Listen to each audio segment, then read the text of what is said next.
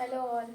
இந்த வீடியோவில் நம்ம அசெட் அலோகேஷன்ஸ் பற்றி தான் பார்க்க போகிறோம். எஸ், இது வந்து நம்ம ஒரு இண்டிவிஜுவலுக்கும் நீ எய்தர் ட்ரேடராக யாராக வேணாலும் இருந்துட்டு போ, நீ அது வந்து அசெட்ஸ் வந்து அலோகேட் பண்ணி நீ அசெட் அலோகேஷன்ஸ் நல்லபடியாக நீ மெயின்டைன் பண்ண வேண்டியது குட் திங்.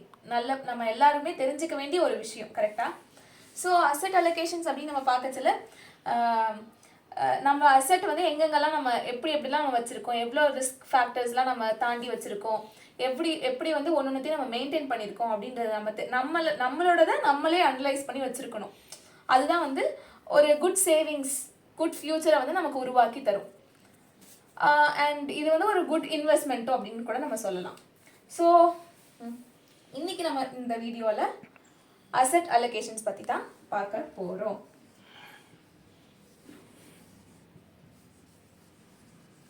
Asset allocations.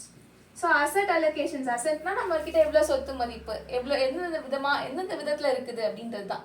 சொத்துனா வீடு இருக்கிறது தான், நிலம் இருக்கிறது தான் சொத்து அப்படின்னு கிடையாது. நம்மளோட நிறையா இதில் நம்மளோட கேபிட்டலை வந்து நம்ம இன்வெஸ்ட் பண்ணலாம். கோல்டு இதுதான் நம்ம சொத்து அப்படின்னு நம்ம நினச்சிட்டு இருக்கோம். நம்ம அசெட்டில் வந்து நிறைய வரும்.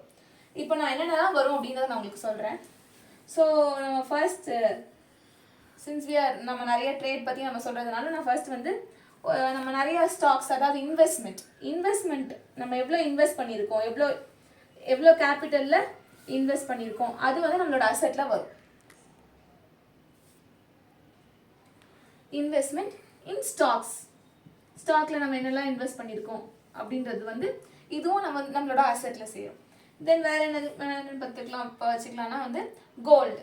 சரியா, நம்மக்கிட்ட எவ்வளோ கோல்டு இருக்குது, இதுவும் நம்மளோட அசெட்டில் செய்யும். ஸோ இதெல்லாம் நம்ம சொல்லுவோம் பார்த்துருக்கீங்களா, அசையும் சொத்து, அசையாத சொத்து அப்படின்னு நிறைய சொல்லுவோம்ல. ஸோ இது வந்து நம்மளோட அசெட்டை வந்து அலோகேட் பண்ணி எப்படி வச்சுருக்கோன்றதுக்கான ஒரு இதுதான். எப்படிலாம் நம்ம டிஃப்ரெண்ட்டாக வச்சுருக்கோம் அப்படின்றது தான். இது வந்து investment in stock, gold, the same investment in real எஸ்டேட்டில் நம்ம லேண்ட்ஸ் வாங்குறது அல்லது வீடு கட்டி ரெண்ட் விடுறது, இந்த மாதிரி அதுவே நிறைய பிரான்ச்சஸ் இருக்குது. ஸோ நான் ரியல் எஸ்டேட் அப்படின்னு சொல்லி நான் காமனாக போடுறேன். So and then apart from this நம்ம இதுவும் வச்சுருக்கலாம். நம்ம பேங்க்கில் வந்து FD, RD, fixed deposit, recurring deposit அந்த மாதிரிலாம் போடுவோம் தெரியுமா. ஸோ எஃப்டி, ஆர்டி, ஸோ இந்த மாதிரியும் டைப்ஸ் இருக்குது. நம்ம அதில் ஒரு போஸ்ட் ஆஃபீஸில் நம்ம கண்டினியூஸாக இது வச்சு நம்ம அதுலேருந்து நம்ம டெபாசிட் பண்ணி நமக்கு வர்றது, இதெல்லாம் கான்ஸ்டண்ட்டாக வர்றது. தென் ஃபைனலாக நம்மக்கிட்ட கேஷாகவும் வச்சுருக்கலாம்.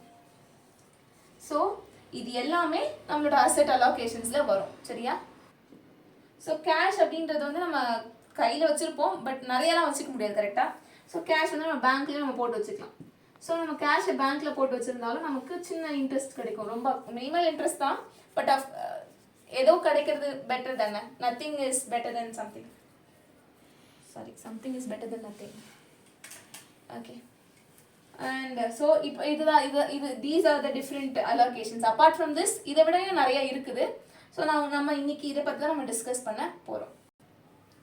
நான் இதை பற்றி டீப்பாக எக்ஸ்பிளைன் பண்ணுறதுக்கு முன்னாடி ஏன் அசெட் அலோகேஷன் இம்பார்ட்டன்ட் அப்படின்றத நான் உங்களுக்கு முதல்ல சொல்லிடுறேன். சரியா? அசெட் அலோகேஷன் ஃபார் எக்ஸாம்பிள் நம்ம ஒரு பெஸ்ட் ஒரு ஸ்டோரி எடுத்துக்கலாம். நம்மளுக்கு எல்லாருக்குமே தெரிஞ்சிருக்கும். ஸோ இப்போ நிறையா ஒரு பேஸ்கெட் இருக்குது. அந்த பேஸ்கெட் ஃபுல்லாக நான் நிறைய எக் எடுத்துகிட்டு வந்து எல்லாத்தையும் ஒரு பேஸ்கெட்குள்ளே வைக்கிறேன். ஓகேவா? சம் ஆக்சிடென்ட், ஏதோ ஒன்று நடக்குது, கை தவறி கீழே விழுதுன்னா எத்தனை முட்டை உடையும் நீங்கள் சொல்லுங்கள். ஒரு 10 முட்டை நான் அந்த ஒரு பேஸ்கெட்டில் வச்சுருக்கேன். சரியா? கை தவறி பேஸ்கெட் கீழே விழுது, எத்தனை முட்டை உடையும்? இருக்கிற எல்லாம் 10 முட்டையும் உடஞ்சிரும். கரெக்டா? ஸோ இப்போ நான் அந்த 10 முட்டையும் பேஸ்கெட்டில் வைக்காம ஒரு இடத்துல வச்சுருக்கேன். சரியா? அங்கங்கே வச்சுருக்கேன். ஸோ சேஃபான ஒரு இடத்துல சேஃபாக எக் ட்ரேயில் 6 கெப்பாசிட்டி. ஸோ எக் ட்ரேயில் 6, மீதி ஃப்ரிட்ஜில் ஒரு 2, அங்கே ஒரு 2, அரிசிக்குள்ளே ஒரு 3 அப்படின்னு சொல்லிட்டு நான் தனித்தனியாக பிரித்து வச்சுருக்கேன்னு வச்சுக்கோங்களேன். பேஸ்கெட் விழுந்துச்சுன்னா அதில் எத்தனை 2 இருக்கோ 1 இருக்கோ அது மட்டும் தான் விழுந்து உடையும். கரெக்டாக? ஸோ த சேம் திங் நம்ம ஏர்ன் பண்ணுறது, நம்ம கஷ்டப்பட்டு ஏர்ன் பண்ணுறோம், நம்மளோட இன்கம் எல்லாத்தையும் வந்து மொத்தமாக கொண்டு போயிட்டு வெறும் கோல்டுலையோ அல்லது வெறும் ஸ்டாக்லையோ அல்லது வெறும் ரியல் எஸ்டேட்லையோ வெறும் ஆர்டிஎஃப்டி வெறும் பேங்க்ல இது மட்டும் ஏதாவது நம்ம ஒன்று மட்டுமே கான்சென்ட்ரேட் பண்ணி வச்சுருந்தோம்னா ஆப்வியஸாக ஃப்ளாப் தான் ஆகும். ஸோ எப்போவுமே ஸ்டாக் தான் ரீச் ஆகும்னு சொல்ல முடியாது. இது மார்க்கெட்டு கொரோனா வந்துச்சுன்னா டவுன் ஆகும், வார் வந்துச்சுன்னா டவுன் ஆகும், நிறையா இருக்குது. இதே கோல்டுனா சம்டைம்ஸ் ஒரே இடத்துலையும் இருக்கும். சப்போஸ் கொரோனா வந்துச்சு சடனாக ஹை ஆகும், பீக்லேயும் தொடும், லோலையும் இருக்கும். ரியல் எஸ்டேட்டும் அதே மாதிரி தான். லேண்டோட மதிப்பு கூடி ஏறிட்டேவும் இருக்கும், இறங்கிட்டேவும் இருக்கும். சேம் எஃப்டி ஆர்டி பற்றி என்ன மிஞ்சி போனால் 6% 7% தான் நமக்கு இன்ட்ரெஸ்ட் வரும். அது வந்து பெரிய ரிட்டர்ன்ஸாக இருக்காது. அதே மாதிரி கேஷ் இன் பேங்க்கும் இது என்னதுன்னா இது வந்து ஒரு கான்ஸ்டண்ட்டாக வந்துக்கிட்டே இருக்கும். பட் ஹை இதில் வரும் அப்படின்னு நம்மளால சொல்ல முடியாது. ஸோ வந்து நம்ம என்ன பண்ணணும்னா நம்ம ஏதாவது ஒன்றுத்துல பண்ணோம்னா நமக்கு வந்து ரிஸ்க் ரொம்ப அதிகம். ஸோ நம்மளோட அசட்டை வந்து இந்த மாதிரி எல்லாத்துலேயும் பிரித்து போட்டு வச்சுருந்தோன்னா நம்மளோட இன்கமும் நம்மளோட இன்வெஸ்ட்மெண்ட்டும் அதிகமாகும், நம்மளோட வேல்யூவும் அதிகமாகும், நமக்கு ரிஸ்க்கும் கம்மியாகும்.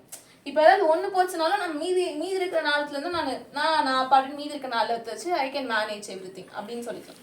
ஸோ அதனால நம்ம அசட்டை வந்து நம்ம பார்த்து அலோகேட் பண்ணணும். அதுதான் இதோட மெயின் கான்செப்ட். ஸோ நம்ம எப்படி அலோகேட் பண்ணலாம் அப்படின்னு நம்ம கேள்வி வரும், கரெக்டாக? ஸோ இப்போ நம்மளோட பேஸ்ட் ஆன் ஆர் ஏஜ், நம்மளோட ஏஜை பொறுத்து நம்ம அலோகேட் பண்ணிக்கலாம். ஸோ இப்போ நான் வந்து ரொம்ப எனக்கு இப்போ 20 தான் ஆகுது, 25 தான் ஆகுது, நான் யங் ஏஜில் தான் இருக்கேன். ஸோ எனக்கு இன்னும் I have long way to go, இன்னும் நிறைய நாள் இருக்குது. ஸோ நான் இப்போ என்ன பண்ணலாம், இப்போ எனக்கு ஸ்டாக்ல வந்து நிறையாவே கிடைக்கும். ஸ்டாக் நான் கம்மியாக இருக்கிறதுல இன்வெஸ்ட் பண்ணி அது அதிகமாக இருக்கிறதுல நான் ரிட்டர்ன்ஸ் ப்ராஃபிட் ஏர்ன் பார்க்கறதுக்கு நிறைய வாய்ப்பு இருக்குது.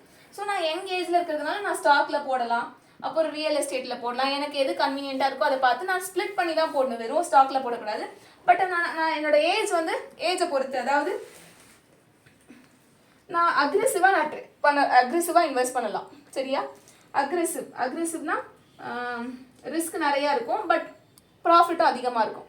ஸோ அக்ரெசிவாக நான் ஸ்டாக்லேயும் போடலாம், ரியல் எஸ்டேட்லேயும் போடலாம், அப்படின்னு நம்ம மாற்றி நான் போடுவேன். இதே என்னோட ஏஜ் வந்து கொஞ்சம் மாடரேட்டாக இருக்குது, அதாவது ஒரு 40+ எனக்கு நிறைய பேலன்ஸ் பண்ண வேண்டியது இருக்குது. அண்ட் என்னோட கேபிட்டலும் கொஞ்சம் கம்மியாக தான் இருக்குது. அண்ட் ஏஜ்ன்றது செகண்டரி தான். ஏஜை விட முக்கியமான பாயிண்ட் வந்து கேபிட்டல் தான். நம்மளோட கேபிட்டல்லே வச்சோம். கேபிட்டல்லாம் என்னது, நம்ம கிட்ட இருக்க எவ்வளோ பணம் இருக்கோ அதையும் பேஸ் பண்ணி தான். ஸோ மாடரேட் அப்படின்னு நம்ம வரச்சுல நம்ம ஒரு 40+ஆக இருப்போமா, மாடரேட்.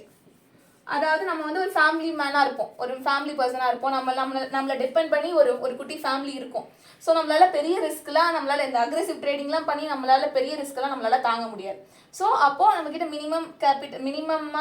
மினிமம் ரிஸ்கோடு இருக்கணும்னா, ஸோ நம்ம அதுக்கு ஏற்றபடி ஓகே கோல்டில் இன்வெஸ்ட் பண்ணலாம். ஸ்டாக்ல வந்து ஒரு 50% மட்டும், இங்கன்னா நான் 80% நான் ஸ்டாக்ல இன்வெஸ்ட் பண்ணுறேன்னு வச்சுக்கோங்களேன். கொஞ்சம் மாடரேட்டாக ஆனதுக்கப்புறமா நான் வந்து ஒரு 50% தான் இன்வெஸ்ட் பண்ணுவேன். 50% என்னோட டோட்டல் கேபிட்டல் வந்து 50% தான் ஸ்டாக்ல இன்வெஸ்ட் பண்ணுவேன். மீதி எல்லாம் கோல்டுலையும் ரியல் எஸ்டேட்லையும் அப்படின்னு சொல்லிட்டு பேங்க் அப்படின்னு சொல்லிட்டு எல்லாத்தையும் ஸ்ப்ளிட் பண்ணி நான் பண்ணுவேன். இதே நான் கொஞ்சம் பிகினிங்ல இருந்தேன்னா நிறைய 80% நான் ஸ்டாக்ல போட்டுட்டு மீதி 20% ரெண்டுத்தையும் ஸ்ப்ளிட் பண்ணி இதில் ஒரு 10 இதில் ஒரு 10 அப்படின்னு சொல்லிட்டு நான் ஸ்ப்ளிட் பண்ணி போட்டுக்கலாம். இட் டிபெண்ட்ஸ் ஆன் ஏஜையும் பொறுத்து ப்ளஸ் நம்மளோட கேபிட்டல் பொறுத்து. சரியா? அண்ட் இப்போ இதுக்கப்புறம் என்னது, வயசு, இந்த 2 ஏஜும் தாண்டி நம்ம அஃப்கோர்ஸ் நம்ம கொஞ்சம் வயசானவங்கள தான் ஆகும். ஸோ அப்போது ஒரு 60+ or 70+ நம்ம இருக்கோம். சரியா? ஸோ கொஞ்சம் ஏஜ் அதிகமாகிடுச்சு. ஸோ அப்போது 60+ அப்படின்னு பார்க்கறதுல சீனியர்ஸ் தான் கண்டிப்பாக, அஃப்கோர்ஸ் சீனியர் சிட்டிசன்ஸ் தான். ஸோ அவங்களால அந்த டைமில் வயசான காலத்தில் ட்ரேட் பண்ணி லாஸ் பண்ணிட்டு ரொம்ப ஹை ரிஸ்க் அது. ஸோ அந்த ஹை ரிஸ்க்கெல்லாம் அவாய்ட் பண்ணிவிட்டு ஸோ அவங்க வந்து ஒரு கன்சர்வேட்டிவ் இன்கம் வர மாதிரி எய்தர் எஃப்டிலையோ ஆர்டிலையோ இங்கே அவங்க 80% இங்கேயே அவங்க வச்சுக்கலாம். எய்தர் கேஷ் இன் பேங்காவோ இந்த 2 ஆப்ஷனையும் அவங்க ப்ரிஃபர் பண்ணுவாங்க. இந்த இதையும் பண்ணிவிட்டு மீதி இருக்க 20% வேணால் மற்றதில் அவங்க இன்வெஸ்ட் பண்ணிக்கலாம். எய்தர் ஸ்டாக்லையோ. அவங்களோட மெயின் வந்து அவங்களோட ஓல்ட் ஏஜில் இருக்காங்க, லாஸ்ட் மொமெண்ட்டில் இருக்காங்க. ஸோ அந்த டைமில் அவங்களுக்கு கண்டினியூஸாக மணி வரணும், அவங்களுக்கு ஹை மணி வரணும்னு அவசியம் கிடையாது. ஸோ மீதி இருக்க 20% இதில் இருக்கிற மற்ற இதில் ஏதாவது ஒன்று கோல்டுலையோ ரியல் எஸ்டேட்லையோ ஆர் ஸ்டாக்லையோ அவங்க மீதி இருக்க 20% அவங்க இது பண்ணிக்கலாம். ஸோ நம்ம எப்போவுமே வந்து அசட் அப்படின்றது இட் ஆல்சோ டிசைட்ஸ் நம்ம எங்கள் சொசைட்டியில் நம்ம எங்கே நிற்கிறோம் அப்படின்றது டிசைட் பண்ணுறதும் அசட் தானே, கரெக்டாக? ஸோ நம்ம வந்து ஏதாவது ஒன்றுத்துலேயே நமக்கு இதில் நான் மெயினாக சொல்ல விரும்புறது என்னதுன்னா, ஒன்றுத்தில் மட்டும் கான்சென்ட்ரேட் பண்ணக்கூடாது. ஸோ கோல்டுனா ஃபுல்லாக கோல்டே தான் சேர்த்துட்டே இருப்பாங்க. அவங்க வேறு எதுலேயுமே அவங்க வீடு கூட வாங்காமல் வெறும் கோல்டே தான் சேர்த்துட்டு இருப்பாங்க. So there's no use. Suppose தங்கம் வந்து திடீர்னு குறைஞ்சினா என்ன பண்ணுறது? கரெக்டா? ஏன்னா நிலம்னா நிலம் வாங்கிட்டே தான் இருப்பாங்க. கரெக்டா? ஸோ நிலம்னா நிலம் மதிப்பு கூடவும் செய்யுது. திடீர்னு ஒரு லேண்ட் எரோஷன் ஏதோ வருது. எல்லாம் நம்ம எதிர்பாராத விஷயங்கள் நடக்கிறது இப்போலாம் இயல்பாக போயிடுச்சு. கரெக்டா? ஸோ அதுவும் போயிடும். இப்போ கோல்டு வாங்கிச்சு யாராவது திருடிட்டு போயிட்டாங்கன்னா என்ன பண்ணுவீங்க? அவ்வளோதான், அவங்களோட ஃபுல் நீங்கள் அத்தனை வருஷமாக நீங்கள் உழைச்ச எல்லாமே அசெட் எல்லாமே போயிடும். ஸோ ஸ்டாக்ல இன்வெஸ்ட் பண்ணிட்டு டக்குன்னு உங்களுக்கு லாஸ் ஆச்சுன்னா என்ன பண்ணுறது? ஸோ நம்ம அசெட் அப்படின்னு பார்க்கச்சு, அசெட் அலோகேஷன் அப்படின்னு பார்க்கச்சுல நம்ம கிட்டே இருக்க இன்கம்மை இப்படி கொஞ்சம் கொஞ்சமாக பிரித்து வச்சுதுன்னா கண்டிப்பாக ஒன்று அடி வாங்க தான் செய்யும். ஒரு பீரியட் ஆஃப் டைமில் ஒரு இது அடி வாங்க தான் செய்யும். இப்போ என்ன மாதம் சொல்லுங்கள்? Now we are in October. So இப்போ இது இந்த 5மே டாப்பில் இருக்குன்னு என்னால் சொல்ல முடியாது. ஏதாவது ஒன்று குறைஞ்சிட்டு தான் இருக்கும். ஸோ அப்படி நமக்கு ஒன்று குறையச்சல மற்றதெல்லாம் கூடச்சல நம்மளுக்கு வந்து டேலி ஆகிடும். நம்ம இப்படி எல்லாத்துலேயும் ஸ்ப்ளிட் பண்ணி போட்டிருந்தோம்னா டேலி ஆகிட்டு நமக்கு பெரிய லாஸாக தெரியாது, ரிஸ்க் வந்து நமக்கு கம்மியாக தெரியும்.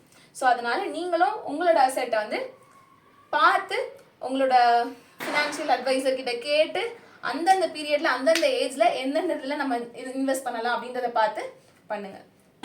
ஏதாவது டவுட்ஸ் இருந்தால் கமெண்ட்ஸில் சொல்லுங்கள். அண்ட் தேங்க்ஸ் ஃபார் வாட்சிங்.